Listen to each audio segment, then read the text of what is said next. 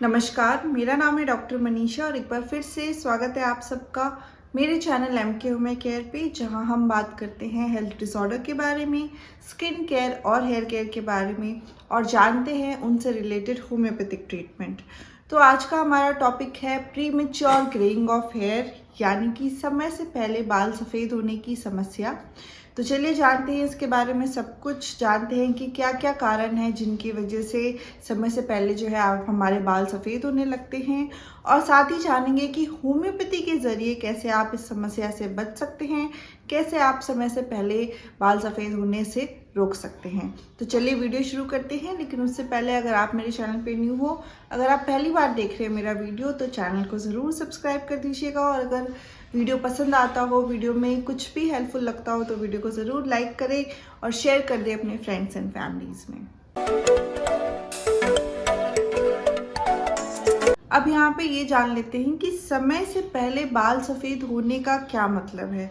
तो यानी कि एक टाइम पे तो सबके बाल सफ़ेद होने हैं, एक एज आएगी जब हमारे बाल सफ़ेद होना शुरू हो जाएंगे, लेकिन अगर उस एज से पहले ही बाल सफ़ेद हो रहे हैं, ग्रे हेयर की शिकायत हो रही है, तो उसे हम बोलेंगे प्रीमेच्योर ग्रेइंग ऑफ हेयर।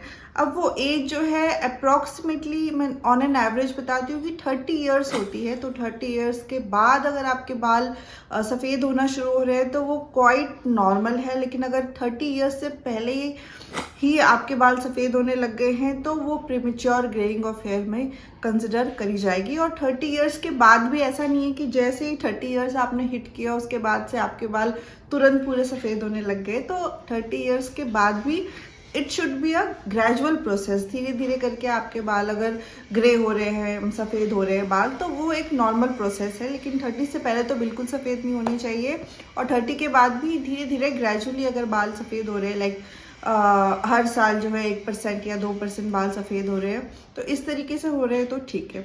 तो ये हम प्रीमेच्योर ग्रेइंग ऑफ हेयर में आप मतलब इस तरीके से डिफ्रेंशिएट कर सकते हैं कि क्या नॉर्मल है और क्या नॉर्मल नहीं है। अब आ जाते हैं कॉजेस पे, यानी कि किन किन कारणों की वजह से समय से पहले आपके बाल सफ़ेद हो सकते हैं। तो कुछ इनके कारण हैं। सबसे पहला मैं बताऊंगी स्ट्रेस। तो स्ट्रेस की वजह से बहुत ज़्यादा हेयर फॉल होता है और बहुत जल्दी बाल जो है ग्रे होने लग जाते हैं, प्रीमेच्योर ग्रेइंग ऑफ हेयर होने लग जाता है। तो स्ट्रेस इसका एक बहुत मेजर फैक्टर है, और पहले के कंपेयर में अब बहुत ज़्यादा स्ट्रेस बढ़ गया है लोगों के बीच में, उनके वर्क इन्वायरमेंट को लेके या जिस भी कारण की वजह से स्ट्रेस फैक्टर बहुत ज़्यादा बढ़ रहा है लोगों में, जिसकी वजह से प्रीमेच्योर ग्रेइंग ऑफ हेयर देखने को मिल रहा है। तो अगर आप भी आपके भी रूटीन में या फिर आपके लाइफ में स्ट्रेस बहुत ज़्यादा है और उसकी वजह से अगर ये समस्या देखने को मिल रही है, तो आपको अपना स्ट्रेस मैनेज करना है, स्ट्रेस कंट्रोल करना है। चाहे आप किसी भी तरीके से करो, मतलब जो भी आप मेडिटेट करो या जो भी आपको सही लगता है आपके लिए, पर आप अगर स्ट्रेस कंट्रोल करोगे तो प्रीमेच्योर ग्रेइंग ऑफ हेयर की जो समस्या है वो भी धीरे धीरे कंट्रोल होगी। नेक्स्ट आ जाते हैं अंडरलाइंग डिजीज, यानी कि कुछ ऐसी बीमारियां होती है जिनकी वजह से ये बालों की समस्या होने लग जाती है, जिसमें से पॉपुलर है थायराइड। तो अगर हाइपोथायराइड है या फिर हाइपर थायराइड है पेशेंट को, दोनों ही केसेस में प्रीमेच्योर ग्रेइंग ऑफ हेयर के केसेस देखने को मिल सकते हैं। तो अगर थायराइड की समस्या है तो ये हो सकता है, या फिर विटिलिगो की अगर शिकायत है जिसको ल्यूकोडर्मा बोलते हैं, तो उस केस पे क्या होता है, वाइट स्पॉट्स पेशेंट के पूरे बॉडी पे बन जाते हैं, और जहाँ पे भी वाइट स्पॉट्स बनते हैं वहाँ की हेयर भी वाइट हो जाते हैं। और अगर सर पे ऐसी समस्या हो गई, सर पे वाइट स्पॉट्स अगर बन रहे हैं, तो वहाँ के बाल भी सफ़ेद हो जाते हैं। तो ये कुछ अंडरलाइनिंग डिजीजेज है जिसकी वजह से भी प्रीमेच्योर ग्रेइंग ऑफ हेयर हो सकता है। नेक्स्ट पॉइंट है हेरिडिटरी फैक्टर। तो अगर आपके हेरिडिटरी में, यानी कि आपके पेरेंट्स को, ग्रैंड पेरेंट्स को, उनसे पहले जनरेशन से ही अगर प्रीमेच्योर ग्रेइंग ऑफ हेयर चली आ रही है, यानी कि उनके भी बाल काफ़ी पहले से सफ़ेद होने लग गए हैं और यही चीज़ ट्रांसफ़र होती आ रही है, तो बहुत ज़्यादा प्रोबेबिलिटी है कि आपके भी जो है समय से पहले बाल सफ़ेद होने लगेंगे। तो हेरिडिटरी फैक्टर भी इसमें एक मेजर कॉज है।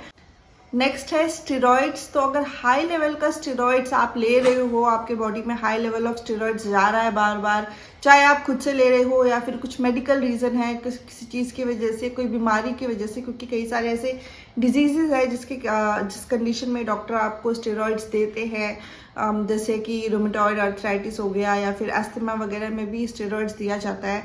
तो अगर कुछ ऐसी डिजीज़ है या फिर किसी भी रीज़न की वजह से अगर आपकी बॉडी में ज़्यादा हाई लेवल ऑफ स्टेरॉइड्स हो रहे हैं तो उस कारण से भी ये समस्या हो सकती है। नेक्स्ट और इम्पॉर्टेंट पॉइंट है डाइजेस्टिव डिसऑर्डर, यानी पाचन समस्या में कुछ परेशानी अगर हो रही है, डाइजेस्टिव डिसऑर्डर है, डाइजेशन आपका अगर सही नहीं है तो भी ये समस्या हो सकती है, क्योंकि जो भी आप खाना खा रहे हो, जो भी आप चीज़ें ले रहे हो, न्यूट्रिएंट्स, विटामिन्स वगैरह जो भी आप ले रहे हो, मिनरल्स, वो सारे आपका जो है डाइजेस्टिव सिस्टम जो आपका एब्जॉर्ब ही नहीं कर पा रहा है due to some issues, due to some problems. तो जब आप वो चीज़ें खा रहे हो बट वो एब्जॉर्ब ही नहीं हो रही है तो वो आपके बॉडी में लगेंगी भी नहीं और आपके बालों तक, आपके हेयर तक भी नहीं पहुँचेंगी, जिसकी वजह से यानी कि एब्जॉर्प्शन की कमी की वजह से जो है ये समस्या हो सकती है।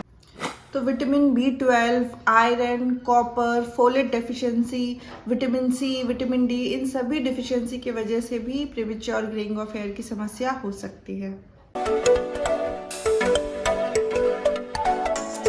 अब आ जाते हैं होम्योपैथिक ट्रीटमेंट पार्ट पे। तो आज मैं आपको एक ऐसी मेडिसिन बताने वाली हूँ जो एक कॉम्बिनेशन मेडिसिन है। मेडिसिन का नाम है REPL की doctor advice number 49 grey hair के नाम से ये मेडिसिन आती है। जैसे कि मैंने बताया ये एक कॉम्बिनेशन मेडिसिन है, यानी कि इसमें कई सारी होम्योपैथिक मेडिसिन मिलाई गई है और ये वो सारी मेडिसिन मिला के ये कॉम्बिनेशन रेडी किया गया है। इस मेडिसिन में आपको मिल जाएंगे थायरोडिनम डली हुई है, इसमें सिलिशिया डला हुआ है, लाइकोपोडियम डला हुआ है, जाबुरंडी डला हुआ है, फॉस्फोरिक एसिड और नीट्रम्यूर इसमें डला हुआ है। तो ये सारी ही मेडिसिन, 5-6 जो मेडिसिन इसमें डली हुई है, ये सारी बहुत ही अच्छी मेडिसिन है when it comes to premature greying of hair, और साथ ही ये हेयर ग्रोथ भी प्रमोट करती है। अब आ जाते हैं डोजेस पे। तो ये मेडिसिन आपको दिन में 3 बार लेनी है। 1/4 कप गुनगुना पानी ले लें आप, और उस गुनगुने पानी में आपको इस मेडिसिन की 10 से 12 बूंदें डालनी है और उसे पी लेना है। ये आपको खाने के आधे घंटे पहले करना है और दिन में इसे 3 बार आपको रिपीट करना है। ये दवाई बच्चों को नहीं देनी है, एडल्ट ही इस दवाई का सिर्फ इस्तेमाल कर सकते हैं। अब इस मेडिसिन के साथ साथ मैं आपको 2 और मेडिसिन बताती हूँ जो आपको यूज़ करना है, जो कि आपके हेयर ग्रोथ को भी प्रमोट करेगी, साथ साथ प्रीमेच्योर ग्रेइंग ऑफ हेयर में तो काम करेगी ही करेगी।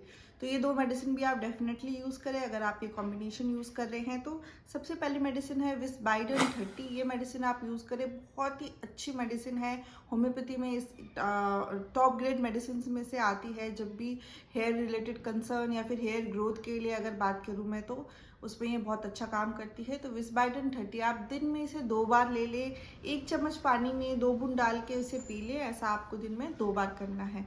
तो विस्बाइडन 30 ले आप, और उसके बाद जो मेडिसिन है वो है जाबुरंडी मदर टिंचर। तो जाबुरंडी मदर टिंचर मैं आपको लोकल एप्लीकेशन के लिए बोल रही हूँ, यानी कि आपको उसको अप्लाई करना है, इनटेक नहीं करना है। अब जाबुरंडी मदर टिंचर आप कैसे अप्लाई करेंगे, तो आप को इसे अपने बालों में लगाना है, डायरेक्टली ना लगाए। आप जो भी हेयर ऑयल आप यूज़ कर रहे हैं उस हेयर ऑयल में इसे मिक्स कर दे।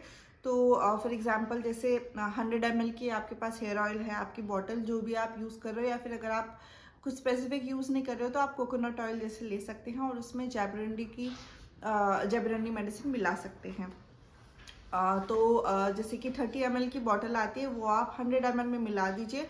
130 ml का आपका सोल्यूशन तैयार हो गया, और वो आप अच्छे से अपने बॉडी में जैसे आप अपने हेयर में जैसे भी आप अपना नॉर्मल हेयर ऑयल लगाते हो, जैसे वीक में 2 या 3 बार आप लगाते होगे, और अगर डेली जैसे मेल्स जो होते हैं वो डेली अप्लाई करते हैं तो आप डेली भी अप्लाई कर सकते हैं, या फिर फीमेल्स की अगर मैं बात करूँ तो वो वीक में 2 बार या 3 बार जब भी लगाते हो तो आपको बस ये अपने हेयर ऑयल की जगह ये सोल्यूशन जिसमें आपने जाबुरंडी मिला रखा है ये आपको यूज़ करना है। तो आप इसे प्रॉपरली अपने बालों में लगाएं एंड इंश्योर करें कि उस सोल्यूशन को आप अपने स्कैल्प में अच्छे से लगाएं, अच्छे से मसाज करें, क्योंकि आपके स्कैल्प में ही वो बहुत ज़्यादा इफेक्टिव रहेगी।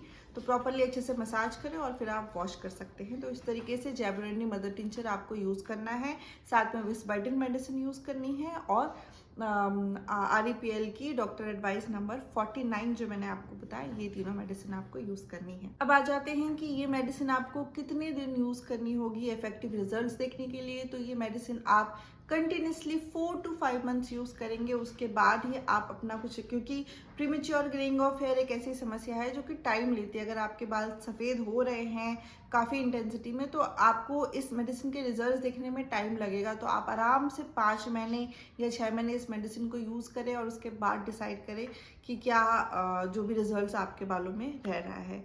तो आशा करती हूँ कि आप सबको मेरा वीडियो पसंद आया होगा, और वीडियो में कुछ भी हेल्पफुल लगा होगा तो वीडियो को ज़रूर लाइक कर दीजिएगा और शेयर कर दीजिएगा अपने फ्रेंड्स एंड फैमिलीज़ पे। अगर आप किसी भी चीज़ के लिए मुझसे कंसल्टेशन लेना चाहते हैं, या फिर आपके फैमिली मेम्बर्स में भी कोई भी मुझसे कंसल्टेशन लेना चाहते हैं, तो नीचे डिस्क्रिप्शन बॉक्स में सारी डिटेल्स दिए गई हैं। आप उसके थ्रू मुझसे कांटेक्ट कर सकते हैं और अपना अपॉइंटमेंट बुक कर सकते हैं। तो मिलती हूँ आप सबसे नेक्स्ट वीडियो में। वीडियो देखने के लिए थैंक यू सो मच।